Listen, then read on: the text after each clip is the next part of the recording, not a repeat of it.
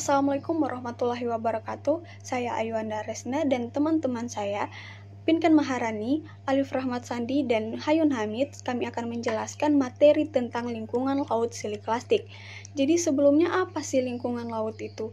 Lingkungan laut adalah bagian lautan yang terletak ke arah laut yang didominasi oleh proses garis pantai.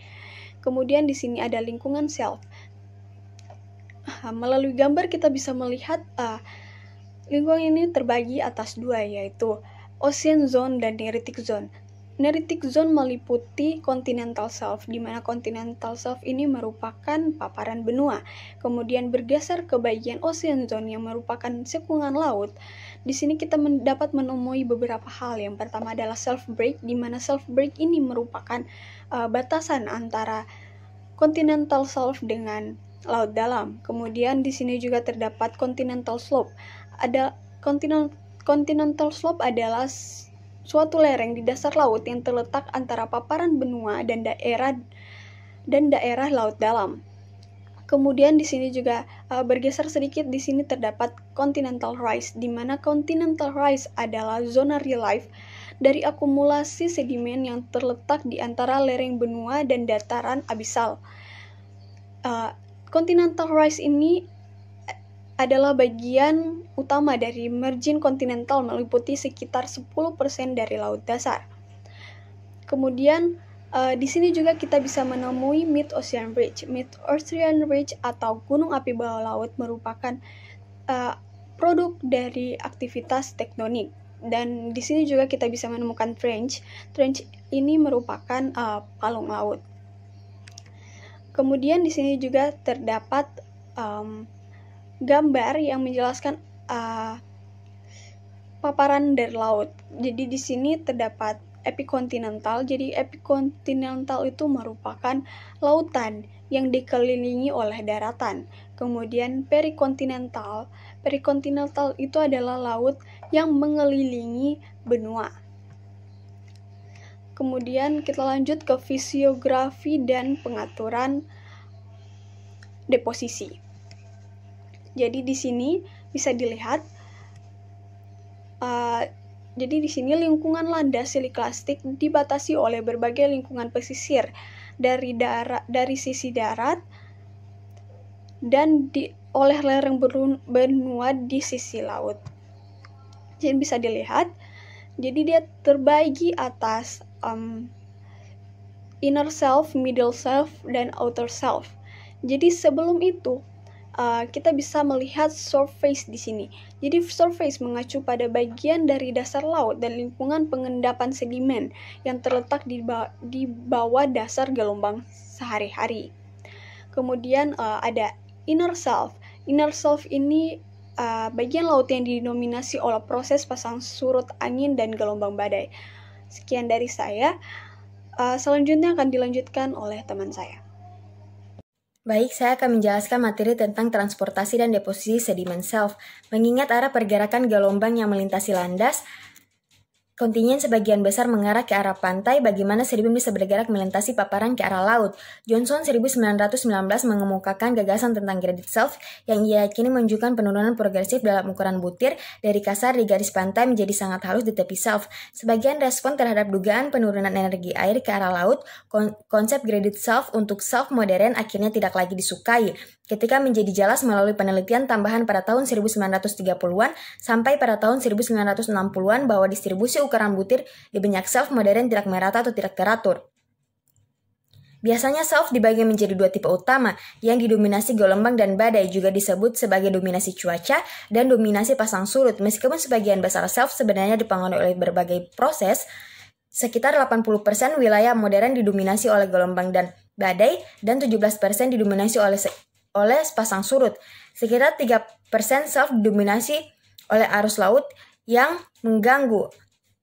Arus kepadatan hanya memainkan peran kecil dalam self transport. Shelf yang didominasi gelombang dan badai. Spektrum proses transportasi kompleks terjadi di wilayah yang didominasi gelombang dan badai, termasuk gelombang dan gelombang besar pada cuaca cerah. Gelombang badai, arus permukaan yang digerakkan oleh angin, gumpalan air yang dihasilkan sungai, dan arus kepadatan. Selama cuaca cerah, gelombang yang dihasilkan secara lokal oleh angin yang bergerak melintasi lapisan dari perairan yang lebih dalam ke lapisan dalam perairan yang dangkal. Selanjutnya itu tentang gelombang besar, gelombang badai, dan arus paksa angin. Gelombang besar adalah gelombang dengan relatif rendah, jangka waktu panjang, dan panjang gelombang panjang yang dihasilkan oleh badai yang mungkin berasal jauh dari laut. Arus paksa angin adalah arus searah yang dihasilkan oleh tegangan geser angin ketika angin bertiup melintasi permukaan air secara bertahap menggerakkan lapisan air yang semakin dalam, atau disebut juga dengan transportasi Ekman. Selanjutnya yaitu tentang karakteristik sedimen shelf yang didominasi badai. Shelf yang didominasi badai, pasang surut yang dihasilkan oleh gaya tarik gravitasi bulan dan matahari terhadap bumi bersamaan dengan perputaran bumi. Pengaruh pasang surut diwujudkan di wilayah pesisir manapun dengan naik turunnya air laut setiap hari dengan kisaran rata-rata sekitar 1-4 meter di pantai terbuka. Namun, kisaran pasang surut dapat melebihi 15 meter di beberapa cekungan tertutup. Karena sebagian besar paparan terus-menerus tertutup oleh air, karakteristik gelombang pasir, punggungan pasir, dan bentuk dasar lainnya pada paparan modern harus dipelajari sebagian besar dengan metode tidak langsung. Sebagian besar pasir pasang surut dicirikan oleh perlapisan silang. Perlapisan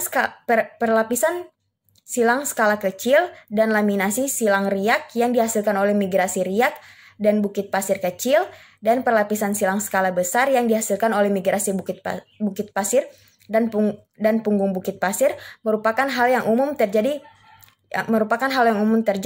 Perkiraan arah kemiringan laminasi silang mungkin 2 arah atau 1 arah, tergantung pada pengaruh pasang surut. Lapisan datar juga berkembang pada beberapa kondisi aliran-aliran atas. Oleh karena itu, struktur fisik cenderung mendominasi pasir pasang surut yang biasanya menunjukkan lebih sedikit struktur bioturbasi dibandingkan sedimen lapisan berlumpur yang diendapkan pada kondisi lain, yang umumnya sangat terbioturbasi dengan sedikit struktur fisik, kecuali mungkin laminasi planar. Oke, hanya itu yang dapat saya sampaikan. Terima kasih. Selanjutnya, transportasi shelf berdasarkan arus kepadatan.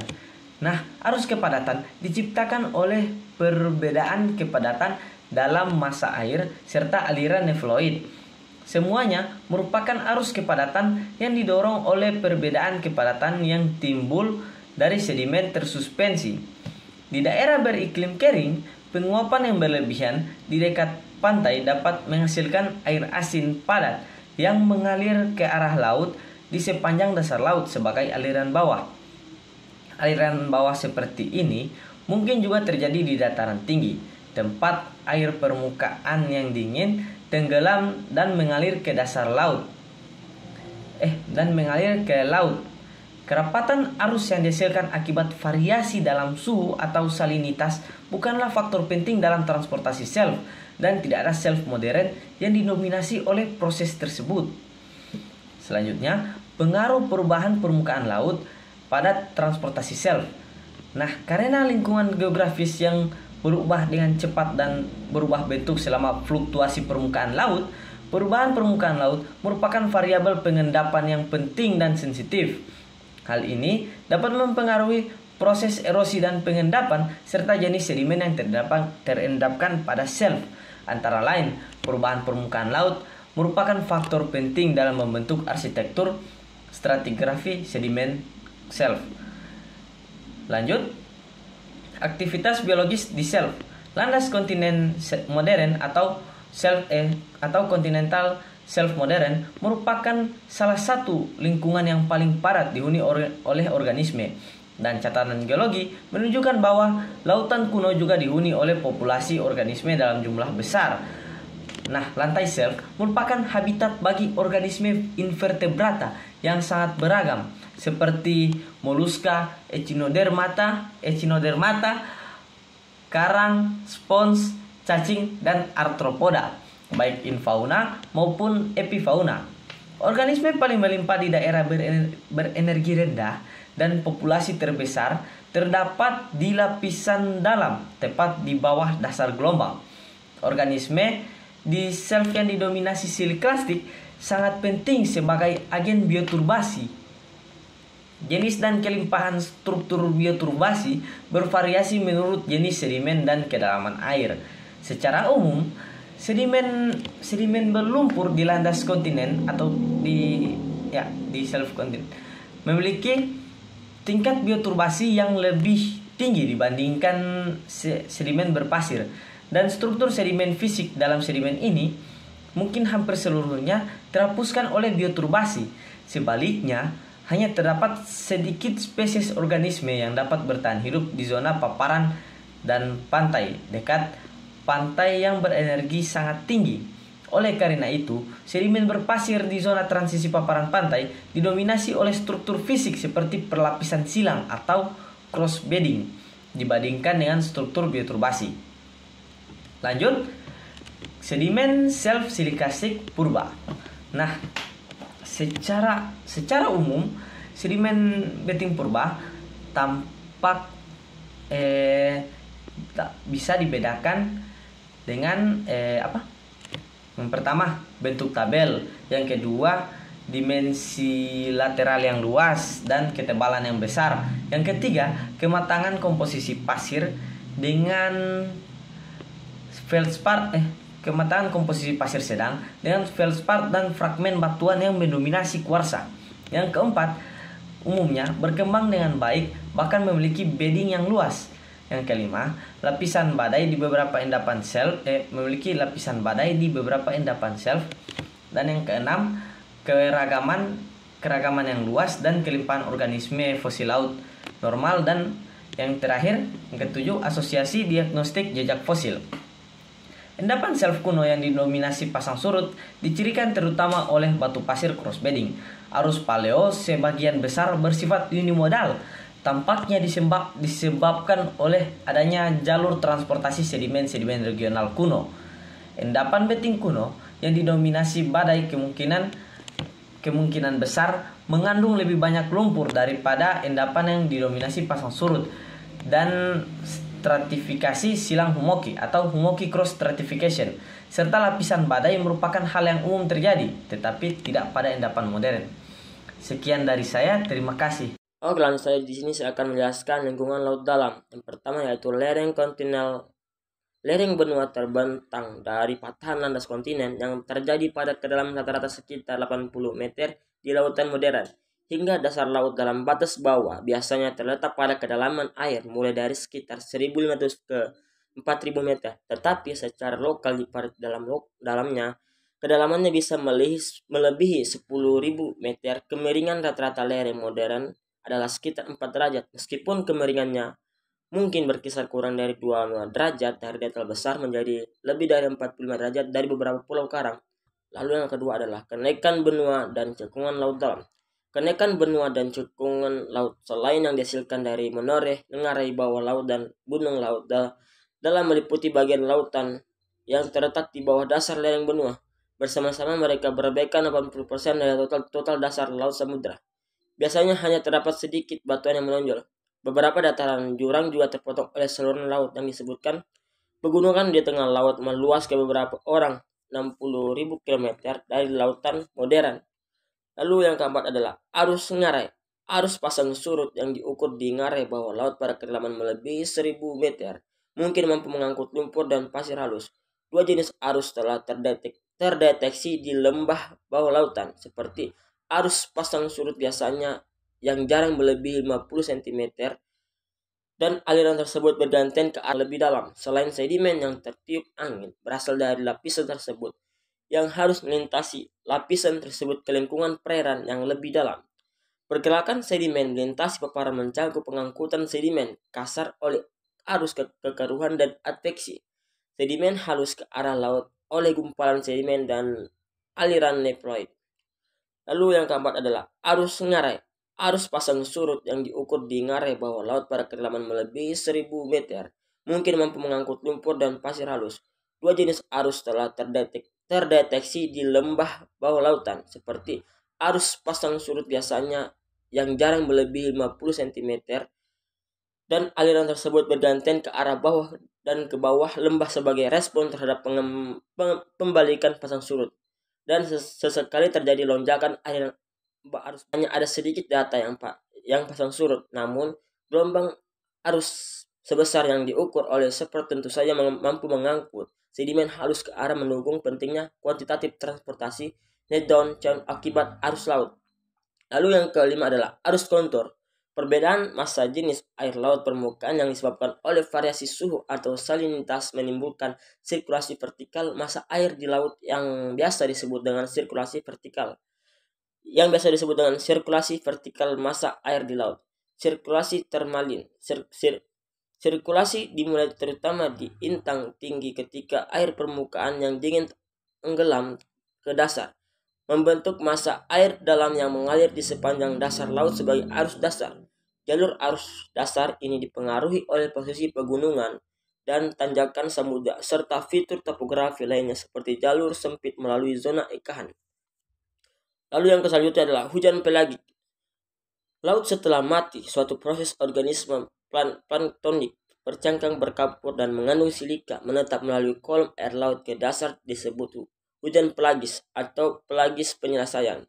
Setelah cangkang kecil tersebut mengendap di dasar laut, cangkang tersebut mungkin diangkut kembali oleh arus kekeruhan atau arus kontur. Mereka juga merupakan kontributor penting bagi sedimen laut dalam purba, khususnya pada batuan Jurasid dan batuan muda yang membentuk endapan tebal kapur, rijang radiolorit, dan diatomit. Lalu selanjutnya adalah vulkanisme yang meledak. Vulkanisme di dalam dan di sepanjang tepi cekungan laut dapat menyumbang sejumlah besar sedimen, baik pada lapisan bawah maupun perairan yang lebih dalam, khususnya di dekat busur vulkanik. Material kasar yang dikeluarkan secara suberial cenderung diendapkan oleh jatuhan udara di dekat kolam letusan di semua sisi lubang. Partikel piroklastik yang dikeluarkan di bawah laut serta partikel yang jatuh di udara dapat tersebar lebih luas lagi dalam cekungan laut melalui berbagai proses transportasi. Lalu selanjutnya adalah arus kekeruhan dan proses transportasi massa lainnya. Berbagai proses aliran massa dapat menjadi di laut dalam. Arus kekeruhan berkecepatan tinggi yang bersifat bencana atau tipe lonjakan yang dihasilkan landasan kontinen atau lereng atau mungkin merupakan mekanisme yang paling penting untuk mengangkut pasir dan kerikil ke perairan yang lebih dalam melalui saluran bawah laut. Pada tepian pasir dan cekungan busur belakang, endapan air ini menyebar dari mulut ngarai ke dasar laut dalam untuk membentuk kipas laut dalam dan berkontribusi sebagian terhadap pembangunan kebangkitan benua. Aliran butiran pasir pantai ke bawah ngarai yang menyapu bagian atas ngarai di bawah laut dekat pantai selama badai dan aliran puing-puing kapal selam mungkin juga penting secara lokal. Dalam kondisi tertentu, aliran puing-puing bawah laut dapat diubah ke lereng bawah menjadi arus kekeruhan. Beberapa dari massa kemerosotan ini bisa berukuran sangat besar hingga memiliki ketebalan 30 meter dan 100 km panjang. Jenis utama sedimen laut dalam modern. Hanya sedikit kesempatan yang ada mengenai klasifikasi sedimen laut dalam. Klasifikasi yang disarankan berkisar dari klasifikasi yang sebagian besar bersifat genetik hingga klasifikasi yang sebagian besar bersifat deskriptif. Dua kelas besar di sedimen laut dalam luar, biasa dan pelagis, sering disebutkan, namun kedua istilah ini sulit untuk didefinisikan secara tepat. Endapan terrigenous mencakup kerikil, pasir, dan lumpur yang berasal dari daratan yang diangkut ke bagian terdekat laut dalam melalui berbagai proses. Sedimen terrigenous. Berbagai macam sedimen silis klasik laut dalam dikelompokkan dalam kategori ini. Lumpur hemipelagis, terbudit, dan endapan air dan gravitasi sedimen lainnya, konturit sedimen laut glasial, serta kemerosotan dan longsoran. Endapan ini sebagian besar terdiri dari bahan silis klasik yang ukurannya bervariasi dari kerikil hingga lapisan tanah liat. Beberapa endapan menunjukkan lapisan-lapisan yang berkembang dengan baik dan mungkin menampilkan gradasi ukuran vertikal atau tidak. Mungkin dari penjelasan di sini saya ucapkan terima kasih.